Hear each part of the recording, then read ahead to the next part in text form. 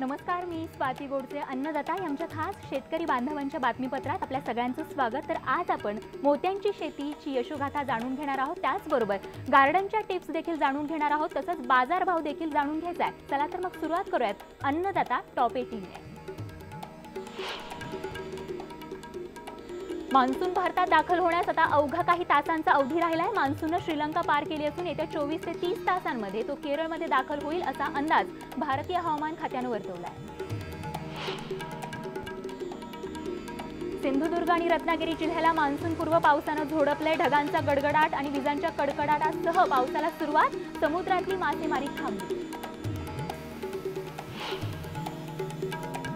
बीडमध्ये काल मान्सूनपूर्व पावसाने हजेरी लावली. शिरूर, पाटोदासह बीड तालुक्यात बरसल्या सरी. पावसाने नागरिकांमध्ये आनंदाचं वातावरण. परभणी जिल्ह्यात वादळी वाऱ्याने पाथरी आणि वडी भागात मोठ्या प्रमाणात केळी पिकांचं नुकसान. वाऱ्यासोबत पावसाच्या हजेरीने केळीचं नुकसान. केंद्र सरकारच्या खरीप हंगाम हमीभाव जाहीर होण्याच्या घोषणेकडे देशातल्या शेतकऱ्यांचं लक्ष. मे अखेरपर्यंत जाहीर होणारे हमीभाव अद्यापही घोषित नाही. चालू हंगामात कापूस, सोयाबीन, मका या शेतमालास मिळाले उच्चांकी भाव. शेतकऱ्यांचा कापूस, सोयाबीन आणि मका पेरणीकडे कल. 2000 शेतकऱ्यांना माती परीक्षण प्रमाणपत्राचं वाटप. बीडच्या नेकनूरमध्ये कृषी विभाग आणि हिंद संस्थेचा आदर्श उपक्रम. मुंबईमध्ये मुख्यमंत्र्यांच्या अध्यक्षतेखाली राज्यातली सर्वात मोठी खरीप आढावा बैठक होतीये. या बैठकीत सर्व जिल्हा परिषदांचे अध्यक्ष देखील सहभागी होणार. निवडणुकांमुळे खरीपाची बैठक लांबली होती.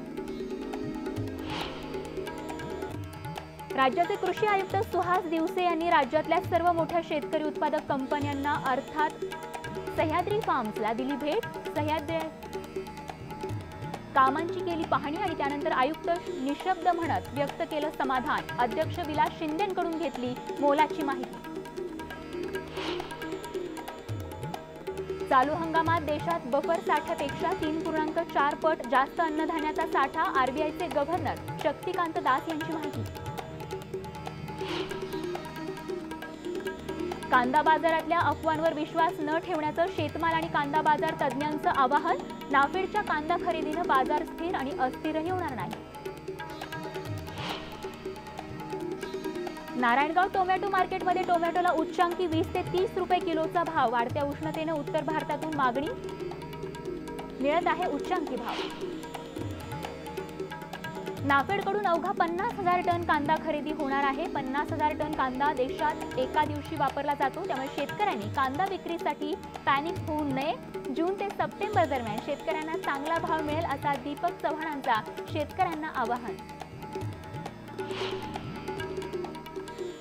दापोली नगरपालिकेने घेतलेल्या गाळमुक्त धरणाच्या अभियानाला मोठं यश. गाळ काढल्यानं शहराला मिळणार 133 MLD अतिरिक्त पाणी. मंत्रालयातल्या अधिकाऱ्यांनी घेतली कामाची दखल. अकोल्यामध्ये पाणी टंचाई कमी होण्यासाठी राष्ट्रीय जनजागृती कला संघाच्या वतीनं शाहीर माधव नावकरांकडून जनजागृती. उन्हाची तीव्रता कमी करण्यासाठी धडपड.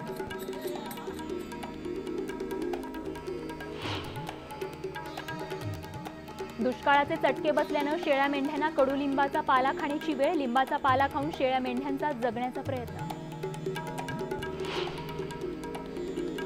नाशिकच्या पिंपळगावात भिडले 2 बळू. अग्निशमन दलानं पाण्याचा मारा करून पळवले बळू.